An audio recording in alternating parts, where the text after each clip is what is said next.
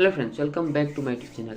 तो फ्रेंड्स, आज इस वीडियो में मैं आपको WP रॉकेट के बेस्ट सेटिंग्स के बारे में बताऊंगा और साथ में बोनस के तौर पर इस वीडियो के एंड में मैं आपको एक ऐसा फाइल शेयर करूंगा जिसकी मदद से आप WP रॉकेट के बेस्ट सेटिंग्स को सिर्फ एक क्लिक में अपनी वेबसाइट में इंपोर्ट कर पाएंगे।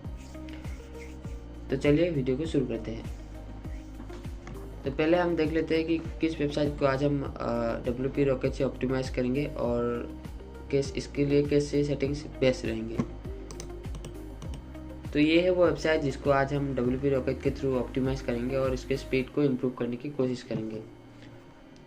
तो ये वेबसाइट इस वीडियो के पहले वीडियो में हमने डिज़ाइन किया था, तो अगर आपने वो वीडियो नहीं देखा तो इस वीडियो के डिस्क्रिप्शन में मैं उस वीडियो को लिंक दे दूँगा, आप ज़रूर से देख लीजिएगा अगर आपको ये पसंद आ रहा है तो अभी हम इसमें फटाफट से WP रॉकेट इंस्टॉल करते हैं और उसकी सेटिंग्स की तरफ बढ़ते हैं। तो मैं यहाँ पे प्लगइन्स पे आ जाता हूँ और ऐड न्यू करके फटाफट WP रॉकेट इंस्टॉल कर लेता हूँ।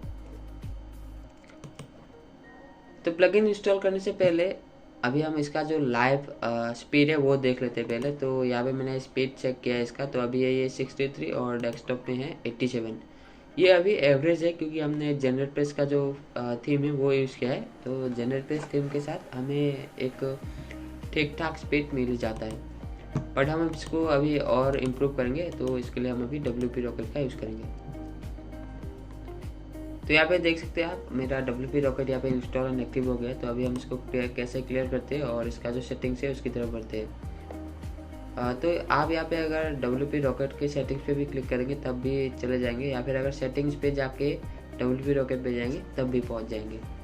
इनमें से आप कुछ भी कर सकते हैं, ठीक है। तो सबसे पहले आपको ये डैशबोर्ड पे ऐसे दिखेगा। तो अभी हमको आना है यहाँ पे कैसे पे। तो कैसे पे आपको यहाँ पे दो ऑप्शन है, इनेबल मोबाइल कैसे, यूजर कैसे। तो यहाँ पे आपको मोबाइल कैसे इनेबल कर देना है और फिर इसके अंदर जो ऑप्शन है इसको भी टिक कर देना है। तो इन सब के बारे में मैं आपको ज़्यादा डिटेल्स में नहीं समझाऊंगा क्योंकि अगर ऐसा करेंगे तो ये वीडियो बहुत लंबा हो जाएगा। तो आप यहाँ पे जो डिस्क्रिप्शन लिखा है वो पढ़ के भी आप इसको अपने से समझ सकते हैं। उसके बाद है ये यूजर कैसे। ये बेसिकली तब काम आता है जब हम अपने वेबसाइट पे यूजर्स का अकाउंट क्रिएट करते हैं, जैसे ई-कॉमर्स वेबसाइट हो गया या फिर मेंबरशिप वेबसाइट हो गया या फिर मतलब उस तरह की वेबसाइट जहाँ पे हम यूजर अकाउंट क्रिएट करते हैं। तो अभी हमारा ब्लॉग वेबसाइट है तो यहाँ पे यूजर कैसे की कोई ज़रूरत नहीं है। उसके बाद आगे यहाँ कैसे लाइफ टाइम मतलब लाइफ स्पैम। तो इसका मतलब है कि कैसे कितनी देर के बाद क्लियर होता रहेगा। अगर 0 है तो अनलिमिटेड, मतलब कभी क्लियर नहीं होगा जब तक आप मैन्युअली क्लियर नहीं करेंगे। या फिर तो यहाँ पे अगर हम 1 देंगे तो ये हर 1 घंटे में आपका जो कैसे है उसको क्लियर करके आपका जो लेटेस्ट वेबसाइट वर्जन है उसको कैसे कर लेगा फिर से। तो अभी हम इसको 10 रखते हैं या फिर आप 24 रख सकते हैं। तो मैं अभी इसको सेव कर देता हूँ। 24 मतलब हर 1 दिन का कैसे, ठीक है। हर दिन ये क्लियर करेगा, फिर कैसे करेगा, फिर क्लियर करेगा। तो यहाँ पे आप कुछ भी देख सकते, बहुत ज़्यादा ये मैटर नहीं करता क्योंकि हम जब पोस्ट करते हैं ना तो हम मेनली इसको मैन्युअली क्लियर करते ही हैं। तो उसके बाद आता है फाइल ऑप्टिमाइजेशन। तो ये थोड़ा ज़रूरी है क्योंकि इसी के ऊपर हमारा जो स्पीड है वो डिपेंड करता है। तो यहाँ पे आपको करना है पहला जो CSS फाइल है इसको टिक करना है और उसके बाद ये पे एक्टिवेट मिनिफाई CSS, तो इसको भी क्लिक कर देना है। फिर इसके बाद यहाँ पे आएगा combine CSS file enable मिनिफाई CSS। तो ये जो ऑप्शन है इसको भी क्लिक करना है। तो ये क्या करेगा, हमारे CSS को जो है वो कंबाइन कर देगा। तो ये सब करने पर अगर कहीं पे आपका जो वेबसाइट है वो कुछ ख़राब हो जाए तो आप क्या कीजिए, सिंपली उसको रिस्टोर कर लीजिए या फिर ये जो ऑप्शन है इसको अनचेक करके सेव करके कैसे क्लियर करके देखिए। तो अभी इसको भी यहाँ पे क्लिक करके एक्टिव करेंगे और यहाँ पे जावास्क्रिप्ट को भी एक्टिव करेंगे और यहाँ पे जावास्क्रिप्ट को कंबाइन करेंगे। यहाँ पे जावास्क्रिप्ट को थोड़ा लेटली लोड करेंगे और यहाँ पे जावास्क्रिप्ट को डिले करेंगे, ठीक है। उसके बाद हमारा फाइल ऑप्टिमाइजेशन भी यहाँ पे हो गया है। तो ये अभी जनरेट प्रेस थीम के लिए, अगर आप कोई अलग थीम यूज़ कर रहे हैं तो उसके हिसाब से आपको थोड़ा देखना होगा, मतलब ऑप्शंस को इनेबल करके देखना होगा कि वेबसाइट में कुछ ख़राब हो गया है क्या। अगर नहीं तो ऑप्शन को रहने दीजिए, या फिर अगर ऑप्शन ऑन करने से वेबसाइट कुछ ख़राब हो गया तो उस ऑप्शन को कभी ऑन मत कीजिए, फ्यूचर में भी अभी भी। तो लेकिन हमारे केस में जनरेट प्रेस में ये बहुत ज़्यादा दिक्कत नहीं करेगा। तो अभी बढ़ते हैं मीडिया की तरफ। तो मीडिया पे भी आपको सिंपली इनेबल करना है सारे, मतलब सारे तो नहीं, जितने ज़रूरी है। तो यहाँ पे मीडिया में 3 ही है, जैसे लेजी लोड के सेक्शन में enable for images, enable for I frame and videos. तो ये क्या करेगा, इमेजेस, आई फ्रेम्स और वीडियोस को लेजी लोड कर देगा। तो यहाँ पे हमने चेक कर दिया है। और यहाँ पे इमेज डायमेंशन, मतलब अगर किसी इमेज का आपने डायमेंशन वगैरह सेट नहीं किया है, वो ये बाय डिफॉल्ट उसको सेट करेगा। तो मैं इसको भी चेक करूँगा और सेव चेंजेस। तो उसके बाद आ गया हमारा प्रीलोड। प्रीलोड तब होता है जब हमारा जो पहला वेबसाइट ओपन होता है, तो बैकएंड में बाकी के पेजेस का भी थोड़ा थोड़ा डाटा लोड करके रखता है, जिससे हमारा वेबसाइट जल्दी जल्दी फास्ट ओपन होता है एक पेज ओपन होने के बाद। तो इसको हमें ऑन करना है, एक्टिव कीजिए सिंपली। और यहाँ पे अगर आप कोई एसईओ प्लगइन यूज़ करें, जैसे रैंक मैथ या फिर और भी जैसे प्लगइन है, तो उनका साइट में यहाँ पे सिलेक्ट करने का ऑप्शन आता है। तो आप वहाँ से सिंपली उनका साइट में सिलेक्ट कर सकते हैं। अभी मैंने नहीं लगाया तो नहीं आया है। तो यहाँ पे प्रीलोडिंग करके एक और ऑप्शन है, प्रीलोड लिंक्स, तो इसको भी आप इनेबल कर सकते हैं। और उसका प्रीफेच डीएनएस रिक्वेस्ट, तो ये मैं आप बताऊंगा कि ये डेवलपर्स के लिए होगा। आप अगर ब्लॉगिंग करते हैं सिर्फ, तो ब्लॉगिंग के लिए इसकी कोई ज़रूरत नहीं है। ये डेवलपर्स जानते हैं, यहाँ पे डीएनएस रिक्वेस्ट डालना होता है, जिससे वो पहले फैच हो जाता है। इसके बाद यहाँ पे होता है प्रीलोड फॉन्ट्स, मतलब आप जैसे यहाँ पे देखिए एक फॉन्ट का नाम आ रहा है, वो फॉन्ट वेबसाइट से पहले फॉन्ट लोड हो जाएगा और फिर अपने वेबसाइट में दिखना शुरू होगा। वरना कई बार क्या होता है, वेबसाइट पहले दिखते हैं, फिर फॉन्ट अचानक लास्ट में चेंज हो जाता है, तो वो होने नहीं देता है ये चीज़। तो अभी इसको हम सिंपली सेव करेंगे अभी, क्योंकि हमें इन दोनों की ज़रूरत नहीं है। अभी आगे हम एडवांस रूल पे, और यहाँ पे भी मतलब ऐसे यूआरएल है जिनको हमें कैसे नहीं करना है। मतलब कुछ यूआरएल ऐसे है जिनका हमें कैसे नहीं चाहिए, वो हमेशा लाइव रहे, हमेशा अप टू डेट रहे, उनका कैसे वर्जन यूजर्स को कभी भी शो ना हो। तो उन यूआरएल्स को आप यहाँ पे दे सकते हैं। यहाँ पे नेवर कैसे कुकीज़, यहाँ पे वो दे सकते हैं, नेवर कैसे user agent, never always prove URL. तो इन सबको यहाँ पे आप दे सकते हैं, बट हमें अभी इनकी ज़रूरत नहीं है, तो हम नहीं देंगे। और अगर आप ब्लॉगर हैं तो आपको भी इनकी ज़रूरत नहीं पड़ेगी। फिर आगे यहाँ पे डाटाबेस,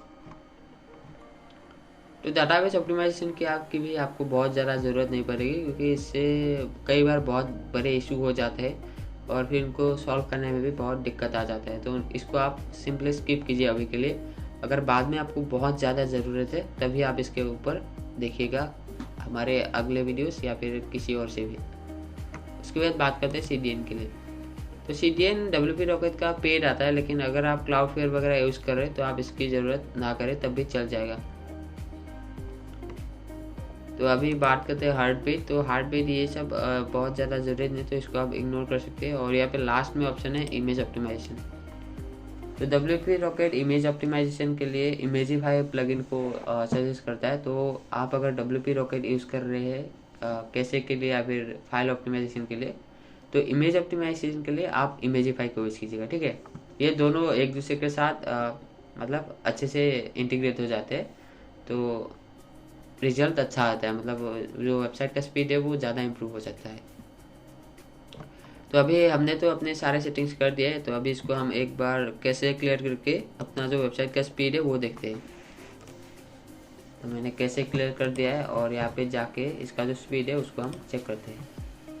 और उसके बाद मैं आपको बताऊंगा कि वो आपको फाइल कहाँ से मिलेगा, उसको कैसे डाउनलोड करना है, और फिर उसको कैसे आपके वेबसाइट में इंपोर्ट करना है, जिससे कि ये जो हमारा सेटिंग है वो आपके वेबसाइट में आ जाए।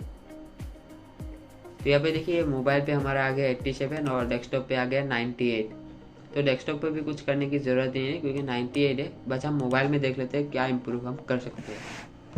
तो यहाँ पे हम अगर स्क्रॉल करें तो यहाँ पे देख सकते हैं एलिमेंट रेंडर ब्लॉकिंग रिसोर्सेज। तो हम इसको ड्रॉप डाउन करें तो एक फाइल है जो मतलब लोड होने में बहुत ज़्यादा दिक्कत दे रहा है, और एक गूगल का फॉन्ट है जो लोड होने में थोड़ा दिक्कत दे रहा है। तो आप सिंपली क्या कर सकते हैं, इस जो फॉन्ट का यूआरएल है इसको कॉपी करके आप सिंपली अपने WP रॉकेट पे आइए, और यहाँ पे जो प्री लोड का सेक्शन है वहाँ पे जाइए, और फिर यहाँ पे जो एक मैंने बताया था कि ये फॉन्ट को पहले लोड कर देता है और फिर वेबसाइट पे दिखाता है। तो यहाँ पे सिंपली इसको यहाँ पे पेस्ट कर दीजिए। तो इससे क्या होगा कि ये फॉन्ट वेबसाइट से पहले लोड हो जाएगा और वेबसाइट में सही से दिखेगा। तो मैं इसको अभी सिंपली सेव कर देता हूँ। और अभी हम अगर इस फाइल की बात करें तो इसको भी हम वैसे प्रीलोड कर सकते हैं, लेकिन उसकी ज़रूरत नहीं है, क्योंकि अगर हम बाकी के प्रॉब्लम्स को सॉल्व कर देंगे तो वो अपने आप सॉल्व हो जाएगा। तो अभी बात करते हैं, यहाँ पे देखिए server image in next generation format. तो ये हम मेरे इमेज का एरर है, तो इसके लिए हम मुझे सारे इमेजेस को चेंज करना होगा, जिसमें बहुत ज़्यादा टाइम लग जाएगा। लेकिन आप सच में ब्लॉगिंग कर रहे हो और आपके पास ये एरर आ रहा है, तो आपको ये फिक्स करना होगा, और उसके लिए आप इमेजिफाई प्लगइन का यूज़ कर सकते हो। वो ऑटोमेटिकली आपके PNG या JPG इमेजेस को WP फॉर्मेट में कन्वर्ट कर देता है और इस एरर को पूरी तरह से आपके वेबसाइट से हटा देता है।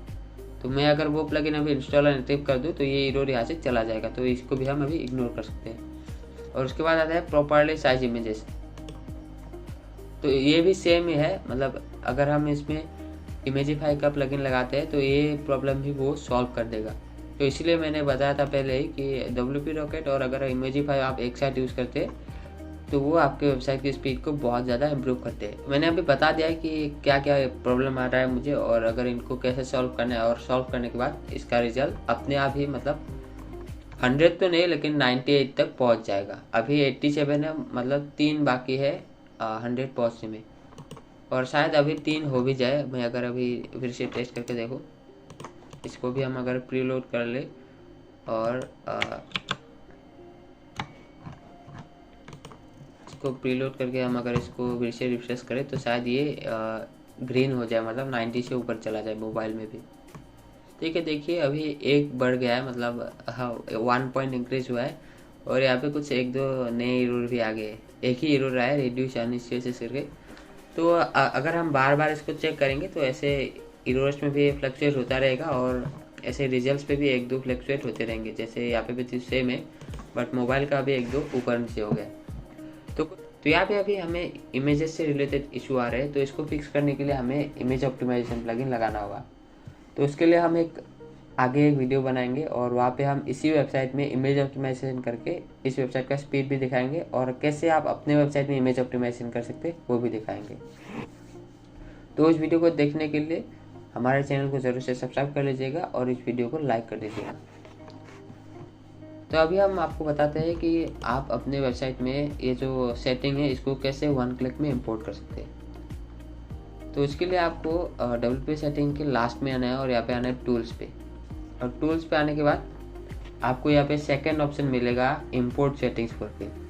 तो यहाँ पे आपको करना है चूज़, और चूज़ फाइल पे क्लिक करने के बाद आप हमारे वेबसाइट से जो फाइल डाउनलोड किया है उसको चूज़ करके यहाँ पे अपलोड एंड इंपोर्ट सेटिंग्स कर दीजिएगा।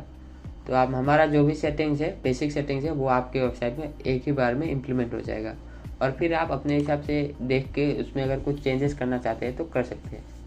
फाइल के लिंक के लिए इस वीडियो के डिस्क्रिप्शन में लिंक दिया होगा, वहाँ पे क्लिक करके आप उसको देख सकते हैं। तो आज के लिए इतना है, आशा करते हो आपको वीडियो पसंद आया होगा। अगर पसंद आए तो वीडियो को लाइक करके चैनल को सब्सक्राइब कर दीजिएगा। तो मिलते हैं अगले वीडियो में।